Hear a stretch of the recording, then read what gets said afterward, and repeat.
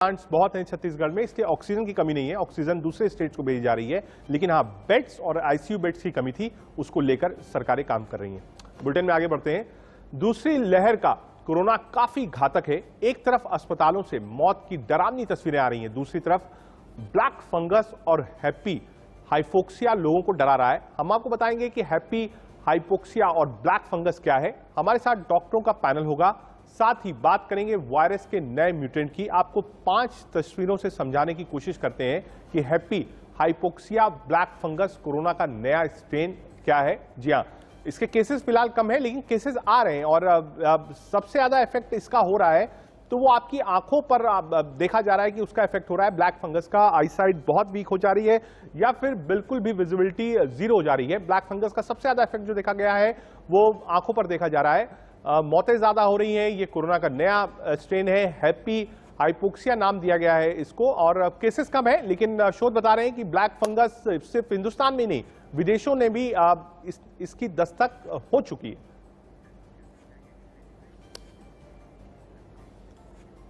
आपको वैक्सीनेशन की 6 तस्वीरें दिखाते हैं। ज्यादातर जगह लंबी कतारें लगी हुई हैं, तो कई शहरों में लोगों को वैक्सीन के लिए रजिस्ट्रेशन कराने में परेशानियों का सामना करना पड़ा। जी हां, दिल्ली, मुंबई, पटना, गोरखपुर, गाजियाबाद, रायपुर, ये सारी तस्वीरें हम आपको दिखा रहे हैं। दिक्कत दरअसल ये है कि वैक्सीन जिस मात्रा में चाहिए उस मात्रा में स्टेट्स को मिल नहीं पा रही है। कोविन ऐप में आप रजिस्टर करेंगे तो आप रजिस्टर तो हो जाएंगे, लेकिन स्लॉट्स नहीं मिलेगा क्योंकि वैक्सीन नहीं है, उतने लोग रजिस्टर हो जा रहे हैं। 2 दिन पहले हमने दिल्ली के मुख्यमंत्री अरविंद केजरीवाल को भी सुना था। उन्होंने साफ तौर पर यही बात कही थी कि अगर हमको 3 करोड़ वैक्सीन मिल जाए तो हम 3 महीने में लगा दें, लेकिन उतनी वैक्सीन नहीं है। सरकारें काम कर रही हैं, जो प्राइवेट प्लेयर्स हैं, इंटरनेशनल प्लेयर्स हैं, वहां से कैसे इंपोर्ट किया जाए, चाहे वो फाइजर हो, चाहे वो स्पुतनिक हो जो रशिया से, उसकी एक खेप आ गई है, आगे कैसे इसकी डिलीवरी बढ़ाई जाए जिसमें देश में 80% से ज्यादा लोग वैक्सीनेटेड हो जाएं, इसको लेकर सरकारें काम कर रही हैं।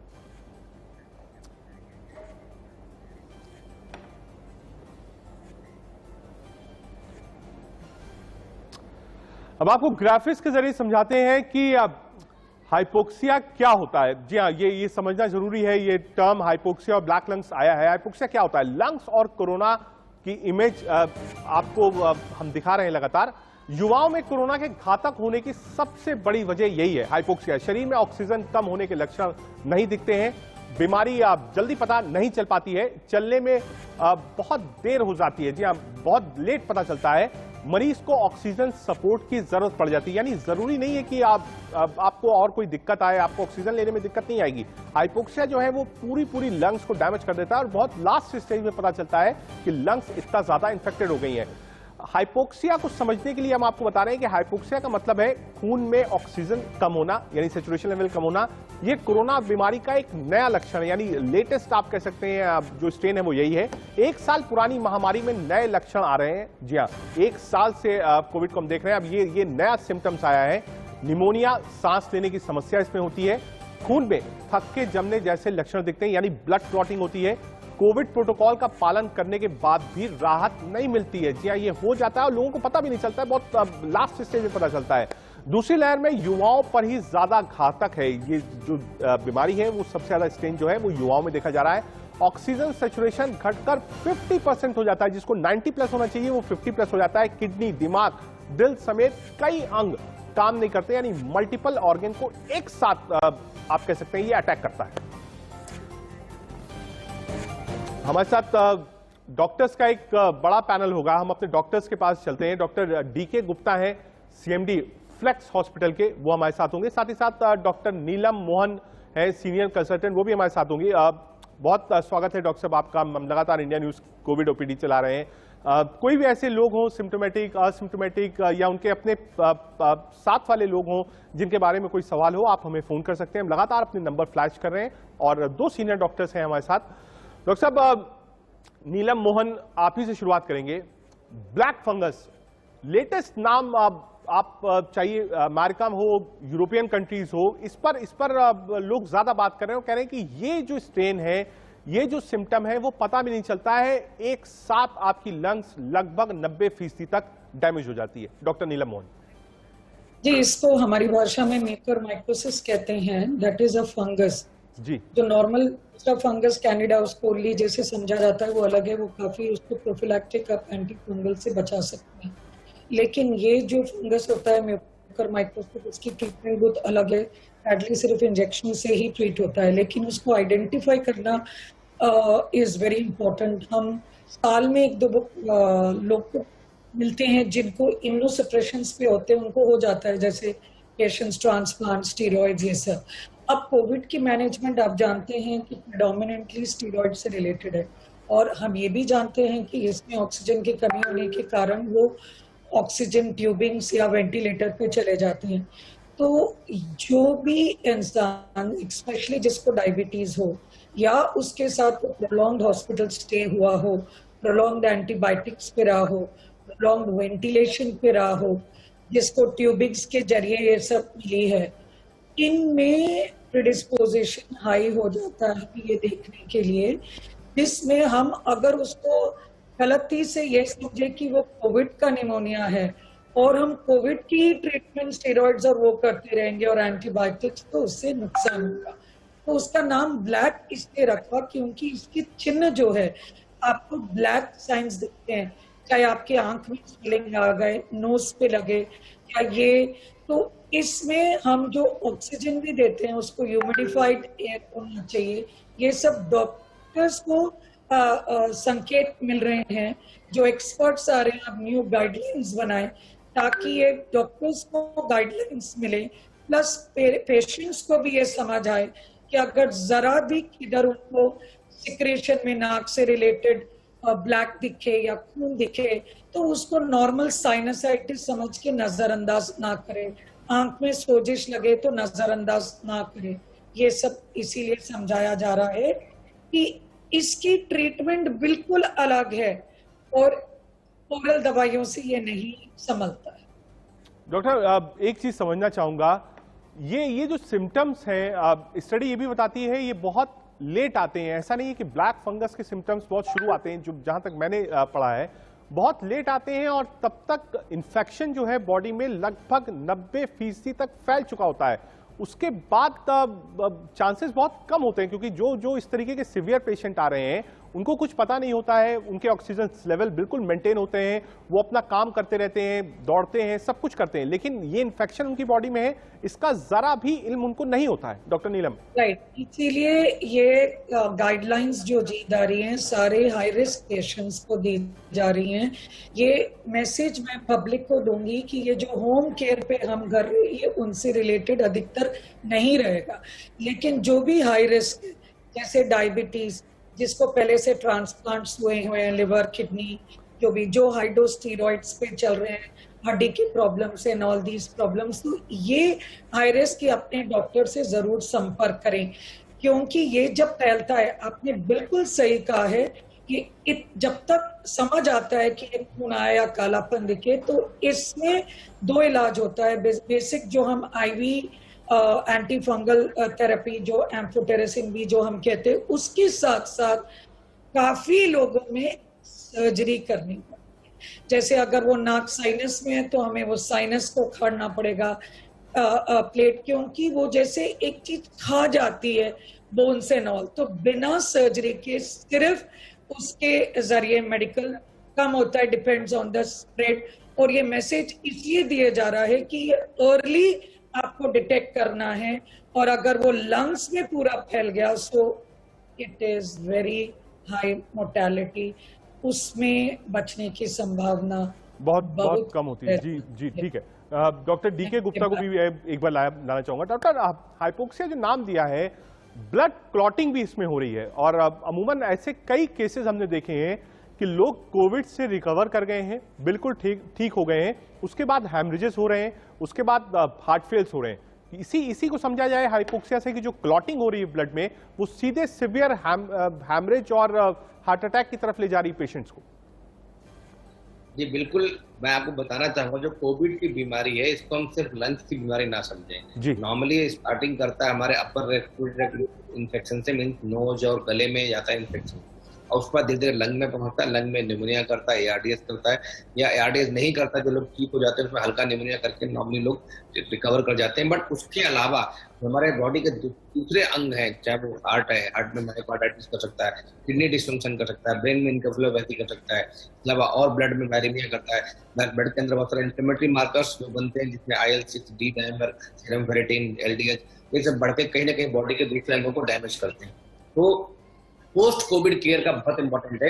अगर आप ठीक भी हो रहे हैं तो उसके बाद आपको ब्लड थिनर्स अगर डॉक्टर ने बताया तो लॉन्ग टर्म लेने हैं, 7-8 दिन तक लेने हैं। कि अगर आपको बताया गया कि आपको जो डायबिटीज की दवाइयां चल रही हैं, डायबिटीज कंट्रोल पर हर लोग हो जाती है, दवाइयां पूरी लेनी है। अगर कार्डियक पेशेंट है, कार्डियक की पूरी दवाइयां लेनी है। इवन पोस्ट कोविड आपको ये भी ध्यान रखना है, अगर आपका हार्ट रेट हाई हो रहा है, मीन्स अगर 100 से ऊपर जा रहा है, 60 से कम हो रहा है, तो आपको डॉक्टर को तुरंत चेक कराना हो सकता है। आपके हार्ट में कुछ डिस्फंक्शंस हो रहे हैं तो उसकी में जांच करानी चाहिए, उसका ECG या जो ट्रॉप्टी या दूसरे टेस्ट है वो होने चाहिए। अगर आपके लंग्स में प्रॉब्लम आ रही है, पर्सिस्टेंट कफ चल रहा है, चेस्ट पेन चल रहा है, सैचुरेशन 95-93 से नीचे फॉल हो रहा है, तो आपको लंग्स का टेस्ट कराना चाहिए, प्रोनोइक्स को दिखाना चाहिए, सो दैट हम अर्ली डायग्नोसिस करें, अर्ली ट्रीट करें। किडनी डिस्फंक्शन है, कोई आपको स्लीपीनेस है, आप बार-बार जगह आपको नींद ज्यादा आ रही है, आप ड्राउजी हो रहे हैं, या आपको कोई सीजर्स आ रहे हैं, हाथ पैर नीले हो रहे हैं, तो ऐसे कुछ भी सिम्टम्स आ रहे हैं, इट मींस आपके पोस्ट कोविड कुछ सिंड्रोम है जिसकी वजह से प्रॉब्लम आ रही है। तो आपको एक एक्सटेंसिव आपका है चेकअप होना चाहिए, इसमें सारे रूटीन टेस्ट होने चाहिए, फिजिकल एग्जामिनेशन होना चाहिए, क्लिनिकल एग्जामिनेशन होना चाहिए। और हम सबको पता है कि इसमें कोगुलेशन डिसऑर्डर होता है पोस्ट कोविड में या कोविड में, उसके बाद तो जो हमारी क्लॉटिंग जो प्रक्रिया है वो बढ़ जाती है, तो उसमें कहीं थक्का होने के जमने का चांस रहता है। उस थक्का जमने से उस एरिया का ब्लड सप्लाई बंद हो सकता है, उसकी वजह से वहाँ इन्फार्क्ट हो सकता है, वहाँ अटैक हो सकता है। अगर किडनी में तो किडनी में प्रॉब्लम आएगी, अगर हार्ट में है तो हार्ट रुक सकता है, ब्रेन में है तो आपको हेमीपैरेसिस या हेमीप्लीजिया इस तरह की चीजें हो सकती हैं। तो इस तरह की बहुत सारी कंप्रहेंसिव ट्रीटमेंट चाहिए पोस्ट कोविड में भी। अगर आप कोविड से ठीक हो गए इसका मतलब ये नहीं है आपने जंग जीत लिए, जंग अभी बची हुई है, उसके बाद भी बची हुई। तो आपको अपने रूटीन वाइटल्स, चाहे उसमें हार्ट रेट है, रेस्पिरेटरी रेट है, टेम्परेचर है, ब्लड प्रेशर है, ऑक्सीजन सेचुरेशन है, इनका दिन में 3 से 4 बार सही से मॉनिटर करना है। कोई नए सिम्टम्स आ रहे हैं या कोई ब्रीदिंग डिफिकल्टी हो रही है, रेस्पिरेटरी रेट बढ़ रहा है, ब्लड प्रेशर फॉल कर रहा है, हार्ट रेट बढ़ रहा है, घट रहा है, तो आपको तुरंत इन्फॉर्म करना है। कोई आपको नए सिम्टम्स आ रहे हैं, अभी हम म्यूकोरमाइकोसिस की बात करें, खासकर जो डायबिटिक पेशेंट हैं और जो इम्यूनो कम्प्रोमाइज है, इनको लॉन्ग टर्म स्टेरॉइड चले हैं, इनको कंट्रोल नहीं, इनमें म्यूकोरमाइकोसिस के बहुत ज्यादा चांसेस हैं, ब्लैक फंगस के, इसमें आई तक बहुत सारे पेशेंट की निकालनी पड़ जाती है, ब्रेन में हो जाता है, ब्रेन की सर्जरी करनी पड़ती है। मॉर्टेलिटी रेट मतलब मृत्यु दर 50% के आसपास है। तो अगर आपको कोई भी ऐसे सिम्टम्स हो रहे हैं कि नाक में दर्द हो रहा है, साइनस के आसपास दर्द हो रहा है, चेस्ट पेन हो रहा है, या खांसी आ रही है, निमोनिया जैसा लग रहा है आपको, या उसके कभी कभी फंगस जो अंदर पेट में पहुंच जाता है तो उसमें पेट दर्द, लूज मोशन, वॉमिटिंग हो सकता है, तो ऐसे में आपको हाई सस्पिशन रखना है, बिकॉज आपकी इम्यूनिटी कंप्रोमाइज्ड होती है, ब्लड में बहुत सारे डिसऑर्डर्स होते हैं, बहुत सारे एंटी इन्फ्लेमेटरी मार्कर्स ब्लड में होते हैं जो डैमेज कर रहे हैं डायरेक्टली इनडायरेक्टली। तो उस समय आपको जरूर हाई सस्पिशन रखना है, कोई भी नया सिम्टम्स हो, नई प्रॉब्लम हो, तुरंत अपने डॉक्टर से कंसल्ट करना है। और जो हैप्पी हाइपोक्सिया की हम लोग बात कर रहे हैं, हमें पता है नॉर्मल जो सिचुएशन होता है, जो हेल्दी पर्सन होता है, उसका 95% प्लस रहता है, बट 95 से कम 90 के आसपास भी रहता है तो पेशेंट को कोई दिक्कत नहीं होती। 90 से नीचे, जब 88 से नीचे जाता है तब कुछ प्रॉब्लम्स आती हैं। उससे पहले हाइपे इसको बोलते हैं, पेशेंट को पता भी नहीं चलता और वो हल्का सा ड्राउजी रहेगा, हल्का सा अलर्टनेस कम रहेगी, but he will be surviving और उससे कोई प्रॉब्लम नहीं। तो जो 90 और 95 के बीच में सिचुएशन रहता है, इसको हम लोग हैप्पी हाइपोक्सिया बोलते हैं। उसमें क्या है कि डायरेक्टली कहीं ना कहीं आपके ब्रेन को, कहीं ना कहीं दूसरे अंग को डैमेज कर रहा है, कि कहीं ना कहीं जो आपके ऑर्गन है उनकी ब्लड सप्लाई या ऑक्सीजन सप्लाई कम हो रही है, तो इसको भी हमें अवॉइड करना है। इसके लिए हमें ध्यान रखना है कि अगर सिचुएशन आपका कम जा रहा है। ठीक है डॉक्टर गुप्ता, ठीक है, आपने बताया। एक बार इसको लेकर कई सारी स्टडीज हैं जो इंटरनेशनली हैं, हम लगातार उसको पढ़ते रह रहे हैं। हिंदुस्तान में डॉक्टर नीलम अभी बहुत कम केसेस मिले हैं। जो हम पढ़ रहे थे वो ज्यादातर जो केसेस हैं वो महाराष्ट्र के हैं और साउथ के हैं, ब्लैक फंगस के। ऐसे में जो लोग घर पर हैं, नॉर्थ इंडिया में हैं, अभी तक इतने सारे पेशेंट्स नहीं मिले हैं, वो कैसे अपने आप को समझें? इस पर हम बातचीत करेंगे डॉक्टर नीलम से भी, डॉक्टर गुप्ता से भी, लेकिन फिलहाल एक छोटा सा ब्रेक लेना है। ब्रेक के बाद समझेंगे कि अगर आप, ब्रेक से पहले हम लगातार डिस्कस कर रहे थे कि ब्लैक फंगस क्या है, कैसे होता है, सिम्टम्स क्या है, इलाज क्या है। वापस डॉक्टर्स के पैनल पर चलते हैं। डॉक्टर नीलम मोहन हमारे साथ हैं, डॉक्टर गुप्ता भी हमारे साथ हैं। डॉक्टर साहब, नीलम मोहन, हम ब्रेक से जाने के पहले डिस्कस कर रहे थे कि मान लीजिए एक व्यक्ति है, वो ठीक है, उसको कोई समस्या नहीं है, वो रूटीन अपना कर रहा है, लॉकडाउन के है घर में बैठा हुआ है, उसको कोई प्रॉब्लम नहीं है, कोई एक्सपोजर नहीं है, लेकिन उसको पता कैसे चलेगा? क्योंकि लोग सैचुरेशन लेवल ऑक्सीमीटर सबके पास है, ब्लड प्रेशर भी चेक करने की मशीन सबके पास है। ब्लैक फंगस के बारे में इनिशियली कैसे पता करा जाए? अगर कोई आदमी घर पे है, लिम्डेक आदमी है, साइंस के बारे में ज्यादा नहीं जानता है, बहुत ज्यादा पर्टिकुलर अपनी बॉडी के बारे में नहीं है, मैं समझ तो रही हूँ आपका सवाल। बेसिक चीज आपको ये समझना है कि ये ब्लैक फंगस होता किसमें है। पहली बात, इन्हीं 5 प्रीडिस्पोजिंग कंडीशन में होता है जिनको अनकंट्रोल डायबिटीज है, जो आईसीयू में बहुत लंबा हॉस्पिटल में रह चुके हो, जिनको वेंटिलेशन मिल चुका है, जो already immunosuppression, transplants, malignancies, cancers, transplantations इन पे है। तो ये उन्हीं पे होगा नंबर 1 जो ये रहे। ऐसे नहीं कि जिसको होम केयर ट्रीटमेंट हुआ है उसको हुआ। और जो मैंने कहा कि जिसको प्रोलॉन्ग्ड स्टीरॉइड्स मिले हैं, आपने देखा है कि कभी कभी, तो इसीलिए मैं डूज एंड डोंट्स आपको समझाऊंगी इसके बाद। नंबर 1। सेकेंड, किस में सस्पेक्ट करना। तो जो मरीज है, राइट स्टार्टिंग से हम स्टार्ट करते हैं कि अगर किसी मरीज को लग रहा है कि ये सब हॉस्पिटल और ये कोविड से गुजरने के बाद और अनकंट्रोल डायबिटीज या हाई रिस्क फैक्टर्स है, उसमें उनको साइनस जैसे सिम्टम्स, नेसल कंजेशन हो, नाक से खून निकल रहा हो, या ये नेसल प्लेट के नीचे ब्लैक लग रहा हो, या आंख में सोजिश आ रही हो, इधर ब्लैक लग रहा हो, या चीक्स बोन्स पे दर्द हो रहा हो, फेस में किधर दर्द हो रहा हो, दांत कुछ लूज हो रहे हो, और चेस्ट में सडनली उनको रेस्पिरेटरी डिस्ट्रेस बढ़ चुका है, और हम जब डॉक्टर्स देखते हैं उनको प्लूरल एफ्यूजन कहते हैं, इस तरीके से डिस्नेक हो जाते हैं, तो तब ये इसमें हम सस्पेक्ट करते हैं। सस्पेक्ट करने में वेरी सिंपल एक स्मीयर टेस्ट होता है जो फटाफट हमें KOH स्मीयर बताता है और एक कल्चर करते हैं। और अगर कोई गल जाए, इसमें मैं खांसी में अगर आपकी बलगम में खून आ रहा हो, नाक से खून आ रहा हो, या काले छींटे दिख रहे, तो इसमें आप अपने आप को इग्नोर ना करें, डॉक्टर से संपर्क करें, KOH स्मीयर करके और ट्रीटमेंट देंगे। इसकी ट्रीटमेंट जो मेडिसिन इंजेक्शंस लगते हैं वो 4 से 6 हफ्ते लगते हैं। और अगर कोई भी पार्ट में नेक्रोसिस, जो गल जाना, कालापन आना, या पैलेट पे या ब्रिज पे, तो उसे हमें काटना ही होगा वो नेक्रोटिक पार्ट को। तो ये आपके मैनेजमेंट का डूज में मैंने आपको समझा दिया कि आप सस्पेक्ट करें अगर हाई रिस्क है, ये सब करेक्ट करें। डोंट्स में हम ये कहते हैं कि जो पानी ऑक्सीजन में हम यूज करते हैं, humidifiers, oxygen cylinder, clean sterile water, ऐसे गंदा पानी नहीं, क्लीन स्टेराइल वाटर 1। सेकेंड, जो स्टीरॉइड्स डोज यूज कर रहे हैं, आपको मालूम होना चाहिए कब, कितना, और ड्यूरेशन कितनी देर, डोज कितनी देर। अगर बेतहा आप स्टीरॉइड्स पे किसी को रखे जो, तो वो भी गलत है। तो आपको इस टाइम पे एक्सपर्ट से तब सलाह कर लेनी चाहिए। और बेतहा एंटीबायोटिक्स, ये बहुत इंपॉर्टेंट मैसेज है। आजकल सब फार्मासिस्ट जा रहे हैं, अभी तक हमारे पास कोई प्रूफ नहीं है कि ये आइवरमेक्टिन, डॉक्सीसाइक्लिन, इजिथ्रोमाइसिन, ये सब जो लोग पहले हफ्ते खा रहे हैं, ये ओवर यूज ऑफ एंटीबायोटिक्स से भी ये वाला काला फंगस ग्रो करेगा। So please, message is dos and don'ts जो मैंने समझाए, इसका फॉलो। ठीक है, एक बार डॉक्टर गुप्ता के पास चलते हैं। डॉक्टर गुप्ता, जैसा कि डॉक्टर नीलम बता रही हैं, मैं आपसे भी यही चीज समझना चाहूंगा, क्या ये माना जाए कि जो ब्लैक फंगस है ये उन्हीं पेशेंट्स को होगा जो बहुत ज्यादा दिन आईसीयू में रहे हों, बहुत ज्यादा दिन उनको वेंटिलेटर पे रखा गया हो, लंबे समय तक स्टेरॉइड दिया गया, जब लंग इन्फेक्शन ज्यादा होता है तो डेक्सोना या मेड्रोल स्टेरॉइड इस समय डॉक्टर्स लिख रहे हैं और बाकायदा हॉस्पिटल्स में दे रहे हैं, तो क्या ये माना जाए डायबिटीज, हाँ, प्रोलॉन्ग डायबिटीज, आपने कहा कि प्रोलॉन्ग डायबिटीज हो, लिवर सिरोसिस हो,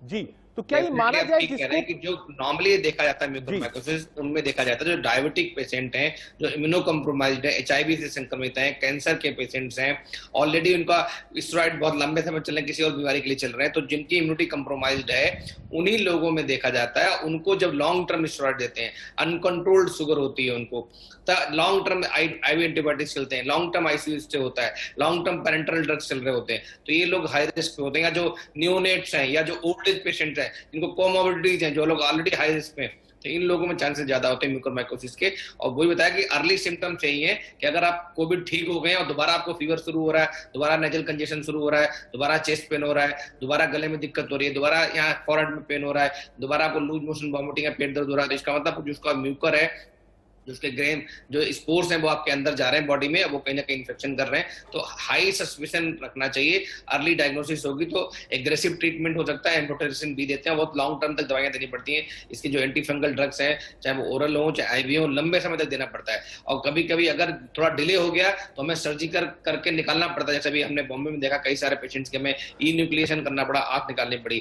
तो अगर हमें बचाना पड़ता है तो अर्ली डायग्नोसिस, एग्रेसिव ट्रीटमेंट करना चाहिए और हाई सस्पिशन रखना चाहिए। जो भी कोई सिम्टम्स हो, कोई भी, क्योंकि पूरी बॉडी को अफेक्ट कर सकता है, आपके साइनसेस को, नोज को, तो यहाँ पे रनिंग नोज हो सकती है, स्टफी नोज हो सकती है, यहाँ दर्द, सर में दर्द हो सकता है, गले में दर्द हो सकता है, फीवर आ सकता है, चेस्ट पेन, ब्रीदिंग डिफिकल्टी कर सकता है। अगर स्किन में हो रहा है तो स्किन में अल्सर हो जाएगा, ब्लैकनिंग हो जाएगी। अगर पेट में चला गया जीआई में तो लूज मोशन, वॉमिटिंग, पेट दर्द हो जाएगा।